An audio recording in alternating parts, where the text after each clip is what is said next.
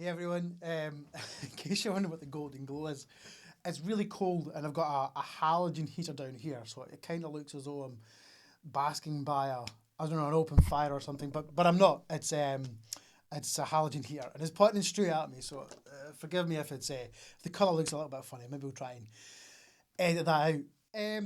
So this is the start of Maggio Warm Up C and the advanced part of the Maggio system as by notated, recorded by Carlton Macbeth. Um, Prior to the warm ups and the exercises or lessons in the advanced section of Maggio, there are a whole host of points and tips, some which are lovely relating to breathing, articulations, concepts of sound, a whole bunch of things that I'm going to devote a separate lesson to. And if you're watching this one already, then you should have watched this section by itself. There won't probably be much playing it, if any, at all. But it does cover all of the, I suppose, theory behind these advanced lessons. It doesn't really relate much to the previous material in that we have already talked about that, but it doesn't ignore it either in sense of obviously the advanced section is a continuation of where we have gotten to. And with that in mind as well, just because we're in this advanced or further section of Maggio, then we shouldn't really ignore warm up A and warm up B in lessons 1 through 5. They still hold their place. I recently did a warm up video, and within that, at the beginning of that, or towards the end of it rather, I say that I still prefer warm up A. It's really good for touch and bass. And also within that video, I demonstrate a very, very short warm up that I do before going into Maggio warm up A. Take that as read that I've done that already. I do that very, very short warm up with the lead pipe buzz, the note bending, etc. prior to pretty much everything I do. That is my starting off point to either the Maggio warm up or more practice. Right, so this warm up is Maggio C. It's slightly different. I'll talk about it very, very quickly and then there'll be pretty much no chat whatsoever. When we do the first part of Maggio warm up C, it's quite similar to warm up A, and I suppose that kind of makes sense. There's a very, very important difference, two important differences. Once we've played each long note, we don't disturb the embouchure. We take a nose breath in and then we repeat where we started and then we carry on. So the first part of Maggio warm up C is a long C third space slurred down to a middle G. And then it's a nose breath and then we continue on down the arpeggio to E, back up to C. C, G, E, C, nose breath. And we carry this on until we get to our pedal C. So the very, very first part of Maggio warm up C covers 2 octaves, but it's from our third space C all the way down to our pedal C. And at the end of the last warm up video that I did, we actually finish up on our double pedal C. So this is what Maggio warm up C introduces us to, is this double pedal range, okay? And the double pedal range really just continues the pedal range in terms of foundation, forward embouchure, nice support in the corners, and hopefully a fullness of sound. We should really be thinking about a nice resonance in our sound from now on, and that's throughout the whole range. That's going right back to where Maggio talks about the upper notes being like the extreme upper part of our register being a tiny, tiny noise. We're not really that concerned with that. That will grow. What we're looking for is a sound from our lowest note all the way up to there being as full and as resonant as possible. Not loud at all. It's about the resonance of it. Okay, dokie. So here we go.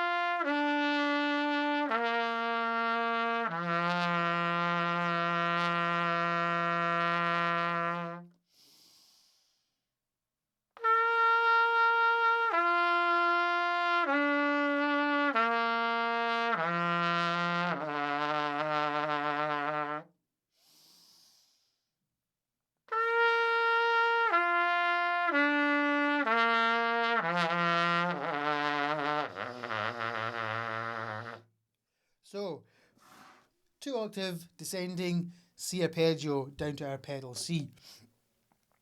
And you want to try and make sure that you move through the latter parts of the exercise so that when you do get into your pedal register or your low notes, you can sustain them for a little bit. That's the first pedal C I've played all day today. I've had 2 days off for various reasons.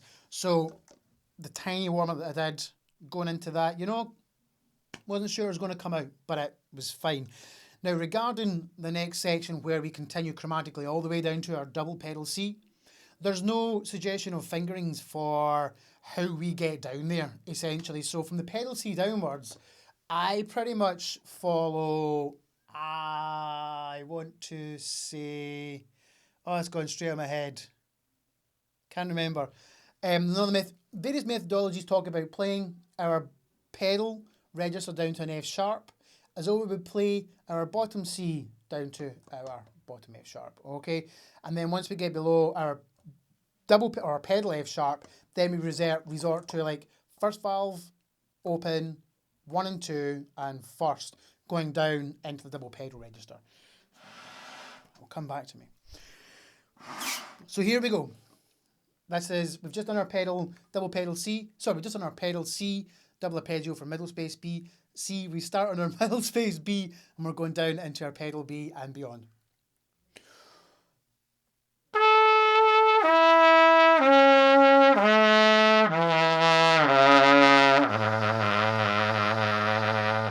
So yeah, just carrying on straight through the double arpeggio now, not needing to pause or break. Just having a nice full tank of air, not blowing too hard so we can ensure we've got air to carry us all the way down to these pedal notes. Thinking of pitch obviously as we go down as well. Trying to be as accurate and play these notes as best possible. Okay, so how do you know how to do this extra pedal register when you start descending below the lowest note you've ever played? And the best way I can think about it is if you find your pedal C as comfortable as it should be after going through lessons 1 to 5 and warm up A and B, then really it's just a matter of playing the notes. So if you get your pedal C,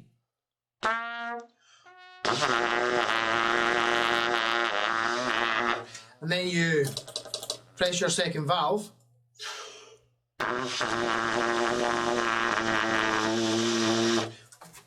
it should just work the same as normal with any note.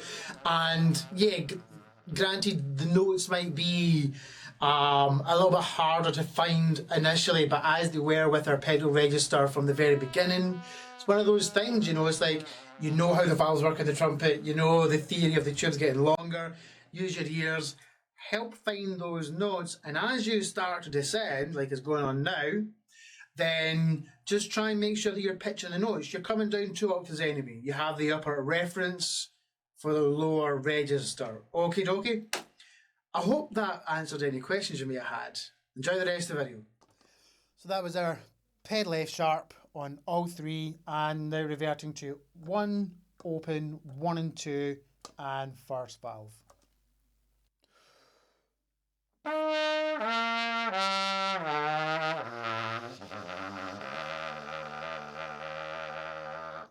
Just popped into my head, Claude Gordon. I'm pretty sure it's a Claude Gordon technique. Fantastic technique as well. We'll maybe get around to doing that sometime as well, where you follow, I think, a traditional fingering down to the F sharp, and then after that, I think they talk about staying with false fingering, maybe 1, 2, and 3. Come back to you in that. So here we go. We're on to E now, which is 1 and 2, okay, and then second, 2 and 3, pedal E, and I carry that down again, the exact same thing. Second, 2 and 3, and then 1 and 2. So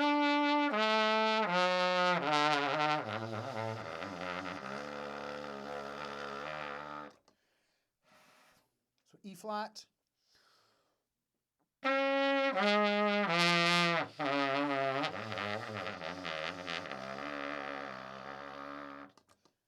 D.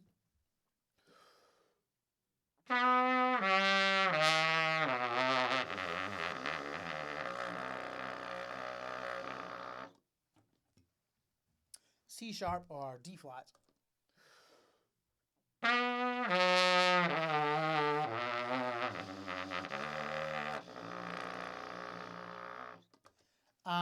last one. Now, I initially found the double pedal C as tricky as a regular pedal C, and it kind of wants to jump around. Sometimes settles down to a double pedal B or a B flat. So if you've got your experience of tuning your your pedal C, then it's the same type of thing. You might find the double pedal C easier on 1, 2, and 3, or a different valve combination, and then gradually warm in to the double C. But for me, it's now become quite a lovely resonant sound. Usually.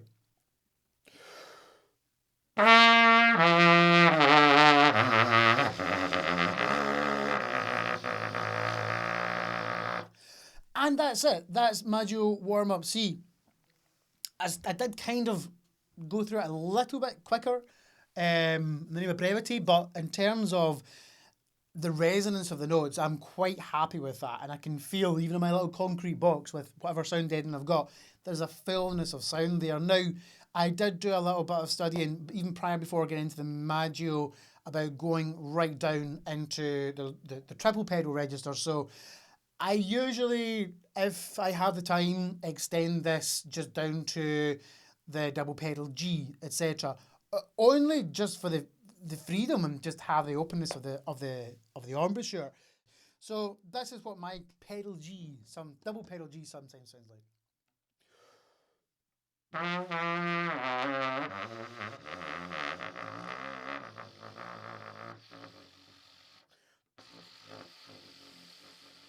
Or not in this case. Anyway, so Maggio warm up C, that's it.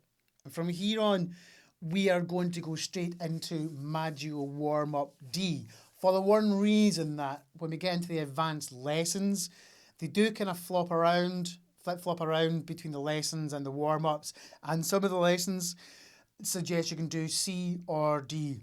Okay, dokie. I hope you've really enjoyed that. I'm looking forward to this next advanced level because it's really going to push me to keep my playing in shape because there's some really, really tricky things coming up. Okay, so all that said, go out there, have a great time, try and practice as best you can, and stay safe and stay smart, folks. Okay, bye-bye.